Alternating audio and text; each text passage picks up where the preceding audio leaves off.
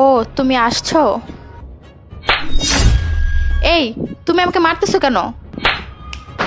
আজব তো, কোনো কথা নাই বাচ্চা নেই, তুমি আমার গায়ে হাত তুলছো কেন? আরে এই শাইন, এসব কি করছো তুমি? বাসায় আসলে কথা নাই বার্তা নাই, হুটহাট করে গায়ে হাত দিচ্ছ কেন? এই কি হলো? চুপ করে আছো কেন? কিছু বলো, বলছো না কেন? তুমি আসলে আমাদের কাছে কিছু বলো। ওর যদি কোনো অন্যায় থাকে আমরা তো আছি, কিন্তু আমাদের সামনে আমাদের ছোট বোনকে মারলে আমাদের তো খারাপ লাগে না? তুমি মাথা ঠান্ডা করে আগে বসো, বসে কিছু বলো, কিন্তু এসেই তুমি ওর গায়ে হাত তুলতেছো, এটা তো ঠিক না শাহিন। ভাইয়া, ভাবি, আমাকে ক্ষমা করবেন। আপনাদের বোনকে হাত তুলছি কেন জানতে চান সেটা? শোনেন তাহলে। আরে বাবু তুমি চিন্তা করো না, সমস্যা নেই, আমি খুব তাড়াতাড়ি তোমার কাছে চলে আসবো। আরে হ্যাঁ, রান্না তো হয়ে গেছে। ফু, ফু। এই বুড়ি আয়, আচ্ছা দাঁড়াও, তোমার সাথে আমি একটু পরে কথা বলতেছি। এই বুড়ি এদিকে আয়। এই কি রান্না করছিস? হ্যাঁ, এটা কি রান্না হয়েছে? মা সবই তো ঠিক ছিল। সবই ঠিক ছিল না? দাঁড়া বুঝছি, তোরে আগে টাইট করতে হবে। দে হাত দে। মা লাগছে। লাগবে, আরো লাগবে। এখন থেকে রান্না ঠিকভাবে করবি। এটা তুমি ঠিক করলে না। তুই এটারই যোগ্য। আমি অনেক অত্যাচার সহ্য করতেছি, আর আমি বাড়িতে থাকবো না। যেদিকে তুমি চোখ চলে যায় সেদিকে আমি চলে যাব। যা যা যা, বের হ, আপদ মুক্ত হব। যত সব। এখন বলেন ভাইয়া, আমি আপনার বোনের গায়ে হাত দিয়ে কি অন্যায় করছি? বলেন ভাবি, আমি কি ভুল করছি? যদি ভুল করে থাকি তাহলে আপনারা যে শাস্তি দিবেন আমি সেটা মাথা পেতে নিব। আচ্ছা ভাই শাহিন, তুমি মাথা ঠান্ডা করো, আগে বসো, আমরা দেখছি কি করা যায়। হ্যাঁ বসো, আমরা বসে কথা বলি, বসো। ভাবি, ও যা বলতেছে সব মিথ্যা কথা, আমি এরকম কিছুই করিনি। আর ও বলতেছো আমি ওর মার সাথে খারাপ ব্যবহার করি, আমি ওর মার সাথে কোনো খারাপ ব্যবহারই করিনি। ওর মা তো এমনিতে বাড়ি থেকে চলে গেছে, আর এখন আমার দোষ দিতেছে। আর ও যে একটা ছেলের কথা বলছে না, ওই ছেলেটা একদিন বাসায় আসছিল, আর এটা নিয়ে ওর মা কত কিছু করলো। আর ওর কাছে আমার নামে অনেক খারাপ কথা বলছে, আমাকে খারাপ বানাচ্ছে ওর মা। একদম চুপ থাকো, একদম চুপ, একটা কথা বলবো না তুমি। ভাইয়া মানে কি বলবো, মানে আমার ভাবতে অবাক লাগতেছে যে মানে আপনাদের মতো ফ্যামিলিতে এরকম একটা বাজে মেয়ের জন্ম হয়েছে। আচ্ছা শাহিন, তুমি মাথা ঠান্ডা করো। ভাইয়া ভাবি, তোমরা বিশ্বাস করো, আমি একটা মিথ্যা কথা বলতেছি না, আমি যা বলতেছি সব সত্য। তুই চুপ কর, এত নিচে নেমে গেছিস? শাহিন যা বলছে সব সত্যি কথা, একটাও মিথ্যা কথা বলছে না। তোকে এইভাবে মানুষ করা হয়েছে, তুই এইভাবে তোর ভাইয়ের মাথাটা নিচু করে দিলি? ছি। তুমি থামো মিষ্টি, শাহিন যা বলছে সব সত্যি? কি হলো? এই চুপ করে আছিস কেন? কথা বল, ও যা বলছে সব সত্যি কিনা? তোর নীরবতায় বলে দিচ্ছে সব সত্যি। তুমি আমাকে ভুল বুঝিও না। তুমি যদি দায়িত্ব নিয়ে প্রশ্ন করতে বা আমাকে জানাতে যে তোমার বোন কেন বাড়ি থেকে যাচ্ছে না, আমি বিষয়টা ভেবে দেখতাম। তোকে কি বলবো আমি? এই দিনটা দেখার জন্য তোকে আমি এত কষ্ট করে বড় করছি। সেই ছোট্টবেলায় মা বাবাকে হারাইছি, তোকে কত যত্ন করে কোলে পিঠে আদর ভালোবাসা দিয়ে আমি এত বড় করলাম, তোকে সুশিক্ষায় শিক্ষিত করলাম। এত সুন্দর একটা ছেলে, এত ভালো একটা ছেলে, এত সম্ভ্রান্ত একটা পরিবারে আমি তোকে বিয়ে দিলাম, স্বামী সংসার নিয়ে সুখে থাকবি। সি সি সি, আজকে আমার ভাবতেও অবাক লাগছে তুই আমার বোন। আর আমি গর্ব করতাম, মানুষকে বলতাম আমার বোন লাখে একটা। আসলে তুই সত্যি লাখে একটা, তবে ভালো দিক থেকে নয়। তুই খারাপের তালিকার সর্বশেখরের একটা মেয়ে। তোদের মতো মেয়েরা কখনো সংসার করতে জানে না। তোদের মতো মেয়েরা কখনো স্বামীর সংসারের আত্মীয় স্বজন বাবা মা তাদের কাউকে আপন ভাবতে পারে না। সি, শোনো, আমার সাপ সাপ কথা শোনো। আমি কেমন ভাই, আমি কেমন স্বামী, সেটা আমি তোমার কাছে প্রমাণ দেব না। তবে আমি এটা জানি, ও আমার বোন, এটা অস্বীকার করতে পারবো না।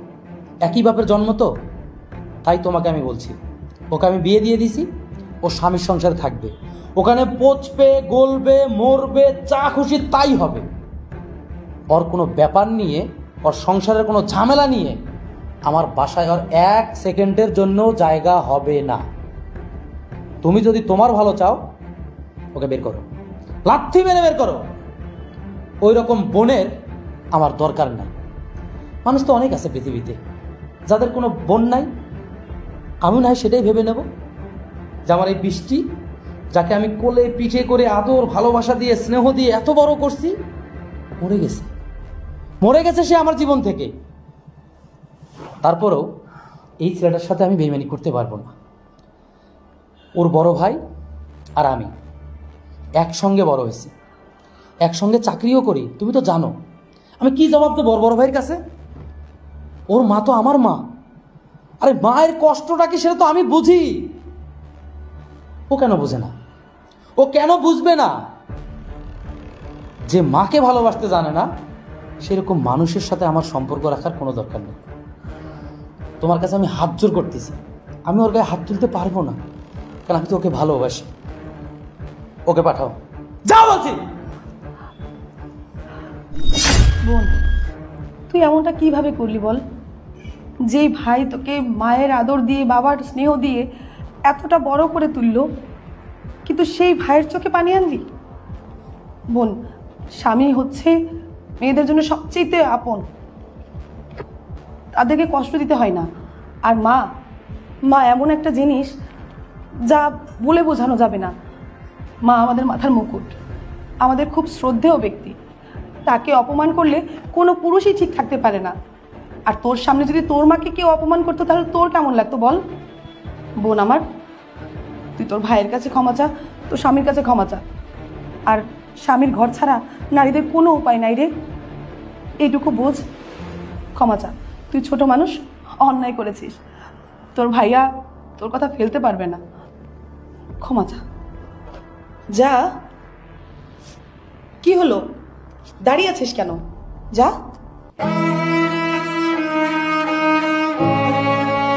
ভাইয়া, ভাইয়া আমাকে ক্ষমা করে দাও ভাইয়া। ভাইয়া আমি একটু অন্যায় করে ফেলছি ভাইয়া। ভাইয়া আমাকে মাফ করে দাও ভাইয়া। শোন,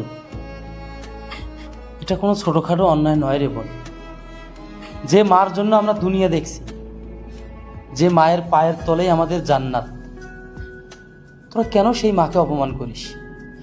কেন তোরা একটাবার ভাবিস না আজকে তোরা বউ, কালকে কিন্তু তোরাও মা হবি। তাহলে আজকে তোরা যা করে যাবি, তোদের সন্তানরা তোদের জন্য তাই করবে।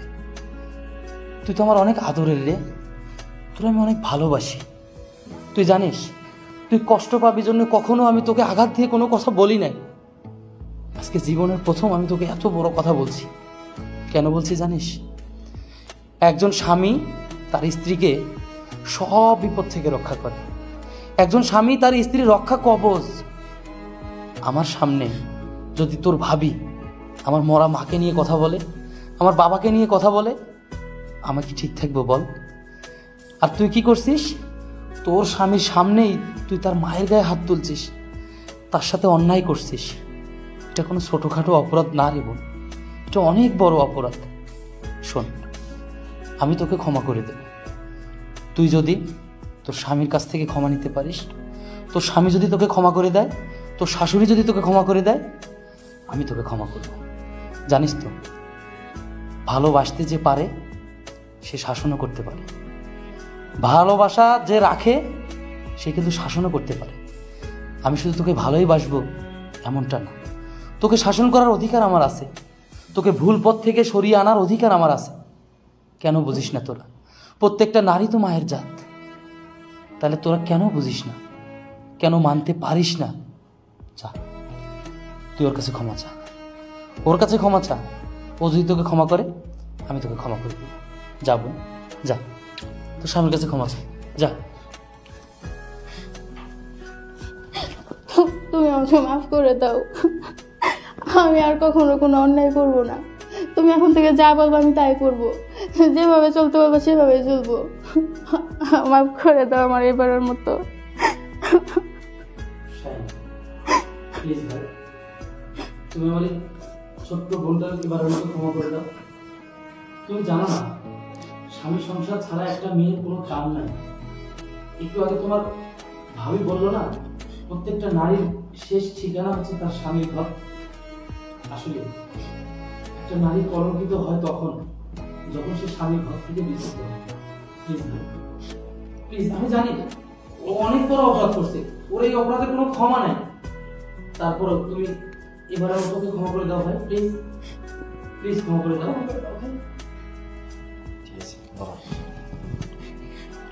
ঠিক আছে ভাইয়া, যেহেতু ওর ভুলটা বুঝতে পারছে আমি ওর মাফ করে দিছি। আর আপনারা আমাকে মাফ করে দেবেন। আসলে আমি এরকমটা চাইছিলাম না যে আপনাদের সামনে আপনাদের বোনকে হাত তুলতে। আসলে ও যে কাজটা করছে মানে আমার ভিতরে যদি দেখাইতে পারতাম না তাহলে বুঝতে পারতাম যে আসলে কতটা কষ্ট আমার লাগছে। যাই হোক, যেহেতু ও ভুলটা বুঝতে পারছে আমার মন থেকে মাফ করে দিছি। হ্যাঁ ভাই, তোমাকেও বলি, আসলে আমরা পুরুষ তো, আমাদের অনেক সময় ইগো থাকে, আমরা রাগের বশে অনেক কিছু করে ফেলি। আমরা যেভাবে জীবনকে নিয়ে, সমাজকে নিয়ে, নিজেকে নিয়ে চিন্তা করতে পারি না, মেয়েরা কিন্তু সেটা পারে না। আমি জানি তুমি অনেক ভালো ছেলে, তুমি কখনো অন্যায় করো না, এই জন্যই বলছি তোমরা সুখে শান্তিতে থাকলে তো আমাদেরই শান্তি। তুমি ইয়ে করো, খাবারের ব্যবস্থা করো, আমরা একসঙ্গে খাবো। না ভাইয়া, আমি এখন খাবো না, আমার এমনিতে অনেক তাড়া আছে। আম্মাকে বাসায় দিয়ে আসছি আমি। আচ্ছা ঠিক আছে, আজকে আর তোমাকে আমি আটকাবো না। শোন, আবেগ দিয়ে দুনিয়া চলে না, বিবেকটাকে কাজে লাগা। প্রত্যেকটা নারী ধ্বংসের মূল কারণ। একজন নারী চাইলেই একটা পুরুষকে সুগঠিত করতে পারে, আর একজন নারী চাইলেই একটা সংসারকে, পুরো দেশকে, পুরো পৃথিবীকে ধ্বংস করতে পারে। তুই আমার ছোট, তোকে আমি অনেক কিছু বোঝাইতে পারি। নিজের বুঝ যদি তুই না নিতে পারিস, আমি যতই বুঝাই কোনো কাজে আসবে না। ওকে শাহিন, আমি তোমাকে আর আটকাবো না, যা। আচ্ছা ঠিক আছে। তোর এখানে আর যদি যতদিন পর্যন্ত তুই তোর শাশুড়িকে আমার সামনে আনতে না পারবি, আমি আর আমার মুখটা তোকে দেখাবো না, যা।